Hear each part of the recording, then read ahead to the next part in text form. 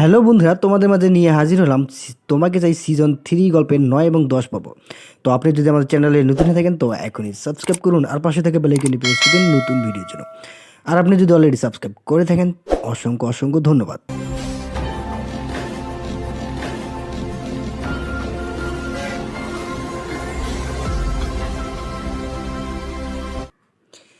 বাসায় এসে দুজনেই চুপচাপ, একবার তাকাচ্ছি তো আরেকবার চোখ ফিরিয়ে নিচ্ছি। আমি ফ্রেশ হয়ে ওয়াশরুম থেকে বেরিয়ে দেখি রেহান নীল ট্রাউজার আর সাদা হাতা কাটা গেঞ্জি পরে এক মনে ল্যাপটপে কাজ করছে। আমি আর কিছু না বলে বিছানায় যেই না গাটা এলিয়ে একপাশ হয়ে শুয়ে আছি, অমনি রেহান বলছেন, আপনারা এগুলো সারা আর কিছু বলতে পারেন না? কথাটার মানে কি? তোকে কি অন্য কেউ হট বলেছিল নাকি? তাৎক্ষণিক আমার সাব্বির ভাইয়ের আজকে নোংরামির কথা মনে পড়ে গেল। আমতামতা করে বললাম, আপনি যা ভাবছেন তা না, মুখ থেকে বেরিয়ে গেছে হয়তো। আমি এত কিছু ভেবে বলিনি। ভাববার বিষয়। পরের দিন চাচি চাচু রেহানের নানুর বাড়ি চলে যায়। ওনারা নাকি আজকে রাতটা ওইখানেই থাকবেন। বাসায় আমি আর রেহান একা। বিকেলে হাতে একটা প্যাকেট নিয়ে রেহান বাড়ি ফিরে। আমি তো অনেক খুশি, ভাবলাম মনে হয় আমার জন্য কিছু নিয়ে এসেছে। আমি প্যাকেটটা খুলতে যাব, অমনি রেহান আমাকে বাধা দিয়ে বলে রাতে খুলতে। সাথে সাথে মনটা খারাপ হয়ে গেল। আমি রেগে বললাম, কেন? এখন খুললে কি হবে? না, এটা রাতেই খুলবা, ওকে যান। রাত যতই হচ্ছে আমার কৌতূহল ততই বাড়ছে। কি আছে এর মধ্যে? রাত 9টা। রেহান আমাকে তাড়াতাড়ি রেডি হতে বললেন। কিছুই বুঝছি না, কোথায় যাব, কেন যাব। যাই হোক, ওনার কথা মতো সুন্দর করে শাড়ি পরে রেডি হয়ে গেলাম। প্রায় 1.5 ঘন্টা পর গিয়ে পৌঁছলাম বিশাল একটা ফার্ম হাউসে। সেখানে ঢুকতেই অনেকগুলো গোলাপের পাপড়ি আমার উপর এসে পড়ে। সারাটা রুম গোলাপ, বেলুন, কেক আর ক্যান্ডেলস দিয়ে সাজানো। আমি একদম অবাক। কি সুন্দর সারপ্রাইজ ছিল এটা। আমি তো খুশিতে আত্মহারা হয়ে বিছানায় গিয়ে লাফাতে শুরু করলাম। এদিকে রেহান মুচকি হেসে বলতে লাগলেন, কি ভালো লেগেছে? অনেক অনেক ভালো লেগেছে। I love you, I love you, I love you so much. আচ্ছা, আজকে কি আমরা এখানে থাকবো? ওয়াও, এত সুন্দর জায়গাটায় আজকে থাকতে পারবো, শুনলেই যেন গাটা শিউরে উঠল। তারপর উনি আমার হাতে সেই প্যাকেটটা দিলেন, যেটা দেখার জন্য আমি অধীর আগ্রহে অপেক্ষায় আছি। ওনার হাত থেকে চট করে প্যাকেটটা নিয়ে খুব এক্সাইটেড হয়ে খুলে হতভম্ব হয়ে গেলাম। চোখগুলো ছানাবড়া হয়ে গেছে আমার। চিমটি কেটে কালো পোশাকটা উপরের দিকে উঠিয়ে বললাম, কি এটা? খরুসটা একটা ডেভিল মার্কা হাসি দিয়ে বলল, নাইটি। কেন, পছন্দ হয়েছে? তাড়াতাড়ি পরে এসো। সি সি সি সি সি, নাউজুবিল্লাহ। উনি রেগে বললেন, কি? আমি বললাম, আমি পারবো না। মুড নষ্ট করো না বেবি, প্লিজ পরে এসো। ওকে, আমি এত ছোট ড্রেস পরতে পারবো না বাবু। আর আপনি এত নোংরা, সি সি সি। মানে কি? দেখ দিশা, ড্রামা করবি না প্লিজ প্লিজ।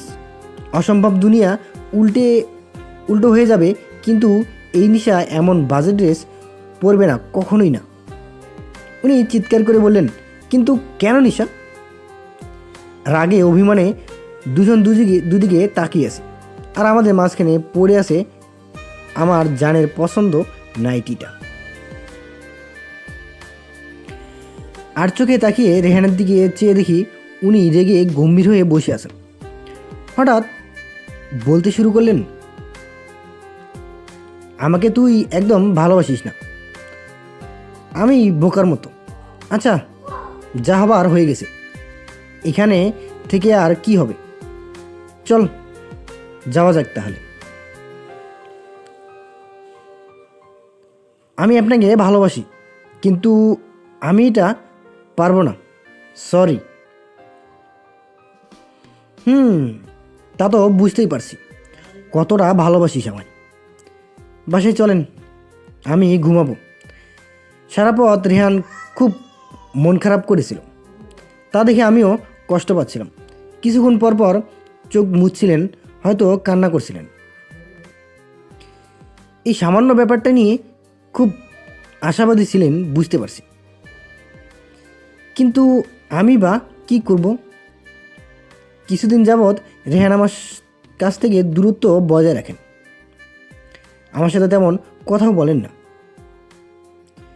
ঠিকমতো ফোন ধরেন না, আমাকে দেখলে অভিমান করে থাকেন। খুব খারাপ অবস্থা হয়ে গিয়েছিল আমার। পরে একদিন রাতে রেহান ল্যাপটপে কাজ করছিলেন, আমি ওনাকে সারপ্রাইজ দেব বলে নাইটিটা পরেই ফেললাম, তার সাথে কালো হিল। লজ্জায় আয়নায় তাকাতেই পারছি না আমি। সি, কি একটা বিশ্রী দেখাচ্ছে।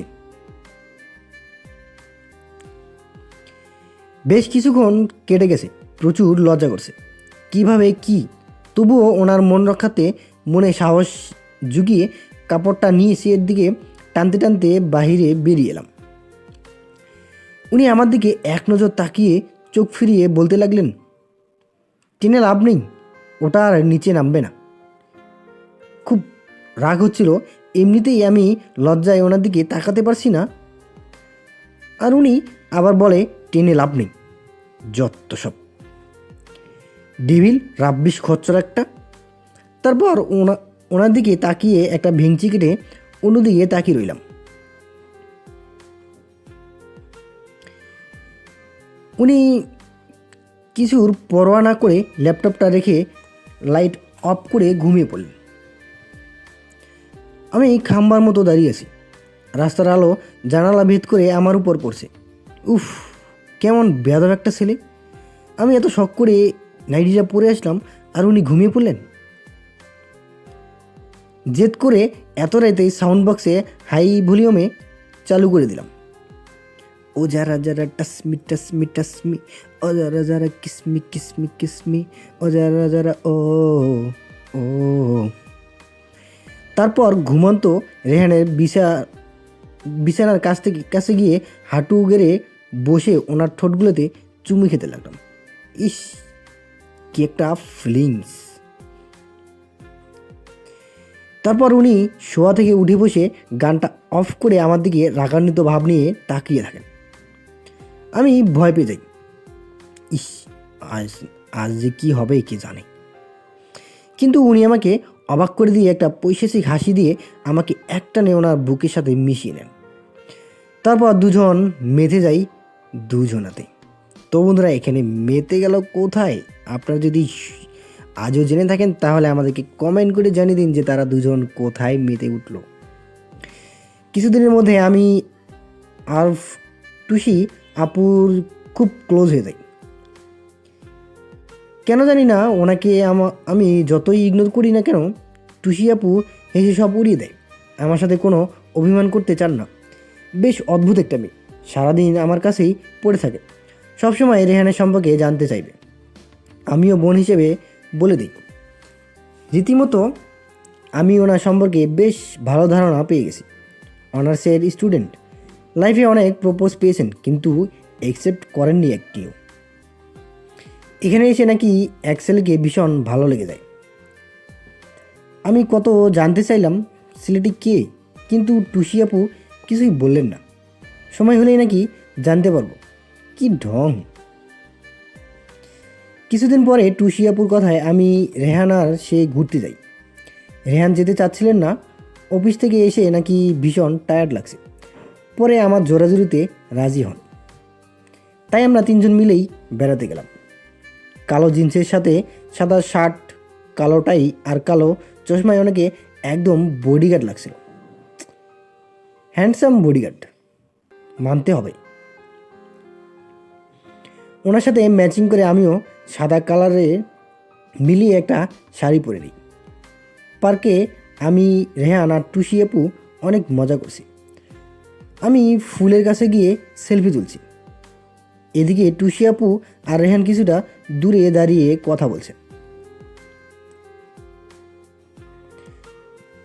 টুসি আপু হুট করে বলে উঠলেন, আপনাদের লাভ ম্যারেজ? তাকে কাকে আগে প্রপোজ করছে? নিশ্চয়ই নিশা, তাই না? না, আমিই করেছি। ও আচ্ছা, চলেন একটু ওদিক থেকে ঘুরে আসি। না, নিশা ওখানে একা আছে। তারপর রেহান এসে আমাকে বাড়ি ফিরতে বললেন। আমি ফুল কিনছি বলে একটু দেরি হয়ে গেল। এদিকে উনি গিয়ে গাড়িতে বসে আমার জন্য ওয়েট করছেন। আমি যাওয়ার আগে টুসি আপু ওনার সাথে সামনের সিটে বসে পড়লেন। আমি ফুলগুলো হাতে নিয়ে গাড়ির পাশে এসে দাঁড়িয়ে রেহানের ধমক শুনছি, কথা শুনছি। এখানে নিশা বসবে, তুমি পিছনে বসো। নিশা তো সবসময় বসে, আজকে আমি বসি। ঠিক আছে নিশা। কি ঠিক আছে? তুমি পিছনে যাও। আমি আর কথা না বাড়িয়ে বসলাম। আচ্ছা ঠিক আছে টুসি আপু, তুমি বসো, আমি পিছনে যাচ্ছি। রেহান গম্ভীর হয়ে আছেন, মিরর দিয়ে বারবার আমার দিকে তাকাচ্ছেন। আমি ওনাকে একটা ভেঙচি কেটে দিলাম।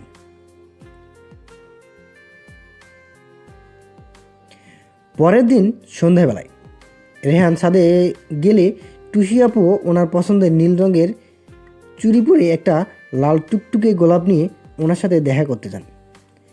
তারপর গোলাপটা আড়াল করে বলতে থাকে, রেহান কি করছেন? কিছু না, তুমি? আমিও। আচ্ছা আজকে আমাকে দেখতে কেমন লাগছে? সুন্দর।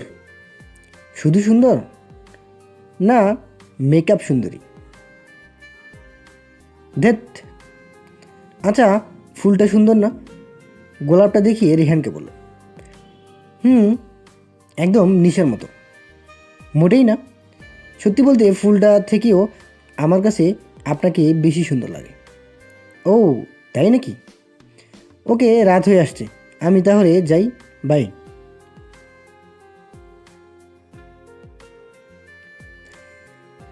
টুসি আপু রেহানের হাতটি ধরিয়ে আটকি বললেন, রেহান দাঁড়ান, কিছু বলবা? আমি কিন্তু ঘুরিয়ে পেঁচিয়ে কথা বলতে পারি না। তো আই লাভ ইউ। কি? I love you Rehan. তো বন্ধুরা, এখানে দুইজনের মাঝে এই টুসিটা কোথা থেকে আসলো? তাও আবার রেহানকে বলছে আই লাভ ইউ। তো আপনারা কি বলেন, এটা কি আদৌ ঠিক না ঠিক না? হা হা হা, নাইস জোক। আমি serious. I love you, please accept me. মাথা খারাপ হয়ে গেছে নাকি কি বলে এসব? Please accept, please, you are my first crush. এই মেয়ে হাত ছাড়ো। কী বলছো তুমি এগুলা?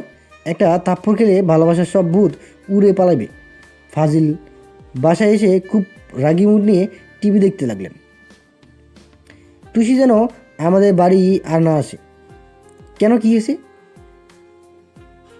আসবে না বলছি, ব্যাস। আমিও অবাক হয়েছিলাম ওনার এই কথায়। টুসি আপু আবার কী করলো? আর ওই দিন রাতে নাকি টুসি আপু অনেক কান্না করেছিলেন। ঘরের অনেক জিনিসপত্র ভেঙেছেন। ঘটনার পর থেকে রেহান টুসি আপুকে একদম সহ্য করতে পারেন না। বাড়িতে দেখলেই আমাকে কথা শোনাতেন। কারণ জানতে চাইলে কিছুই বলতেন না। কিন্তু একটা মানুষ দরজায় এসে দাঁড়িয়ে থাকলে তাকে তো ঘরে আনতেই হয়। এটা যে কিভাবে ডেভিলটাকে বুঝাই। যাই হোক, ঘুমিয়ে আসি রাত 10টা। হঠাৎ সাব্বিরের কল। নিশা প্লিজ আগামীকাল দেখা করো, অনেক ইম্পর্টেন্ট কথা আছে। কিন্তু আপনার সাথে আমার কোনো কথা নেই ভাই, আমি মরে যাব। নিশা, অনেক ইম্পর্টেন্ট কথা, জাস্ট কথা বলবো। নিশা প্লিজ দেখা কর। না বলছি না। তোমার পায়ে ধরি, প্লিজ প্লিজ, জাস্ট একবার। আচ্ছা, দেখা যাক। পরের দিন এক রেস্টুরেন্টে সাব্বিরের সাথে দেখা করে আমি তো অবাক। আমাকে সারপ্রাইজ দিবেন বলে এই ড্রামাটা করলেন, একটু লজ্জাও করলো না ওনার? কেমন আছো নিশা? আপনি এমন কেন করেন? এটাই আপনার ইম্পর্টেন্ট কথা? তোমাকে আমার অনেক ভালো লাগে। কয়েকদিন পর আপনার বিয়ে, আপনি এতটা বেয়াদব হলে এসব করতে পারেন? হা হা হা হা। তোমার ভালো লেগেছে তাই আমি খুশি। কিছু বলবো এমন সময় রেহানের কল। হ্যালো, কোথায় তুমি? বাসায় কাজ করছি। কেন? টুট টুট টুট টুট টুট করে কলটা কেটে গেল। হ্যালো হ্যালো হ্যালো, যাক বাবা, কলটা কেটে দিল। নিশ্চয়ই কিছু হয়েছে। তাড়াহুড়ো করে বাসায় এসে দেখি রেহান বাড়িতে। অফিস থেকে এত তাড়াতাড়ি চলে এসেছেন? আমি আমতা আমতা করে বললাম, চলে এসেছেন? উনি আলতো পায়ে হেঁটে দরজাটা বন্ধ করে নীরব কণ্ঠে বললেন, ছেলেটা কে? বুকটা কেঁপে উঠল আমার। প্রচুর ভয় করছে। আল্লাহ, না জানি আজকে কি হয়। আমি চুপ হয়ে আছি। তারপর উনি ভীষণ রেগে চিৎকার করে বলতে লাগলেন, আমি তোকে জিজ্ঞাসা করছি ছেলেটা কে নিশা? চোখের পানি টলমল করছে। আমি বলে উঠলাম, সাব্বির ভাই। সাব্বির? সাব্বির কি বলেছে তোকে? কেন দেখা করছিস? আমি ওনার সাথে দেখা করতে চাইনি। উনি প্রচণ্ড রেগে বললেন, কেন দেখা করছিস সেটা বল। আমাকে উনি ভালোবাসেন এটাই বলছিলেন। দুশ্চরিত্রা, বেঈমান কোথাকার। কতদিনের সম্পর্ক তোদের? আর কোথায় কোথায় গিয়েছিস ওদের সাথে? বিশ্বাস করেন, আমাদের কোনো সম্পর্ক নেই। আমি তো এমনই। ওনার একটা রেহান কষে আমাকে একটা থাপ্পড় মেরে দিলেন। ওনার জিন্সের বেলটা দিয়ে অনেক জোরে জোরে আমাকে আঘাত করতে লাগলো। কোনো সম্পর্ক না থাকলে আমার কাছে গোপন করছিস কেন? আমাকে মিথ্যা বলেছিস কেন তুই?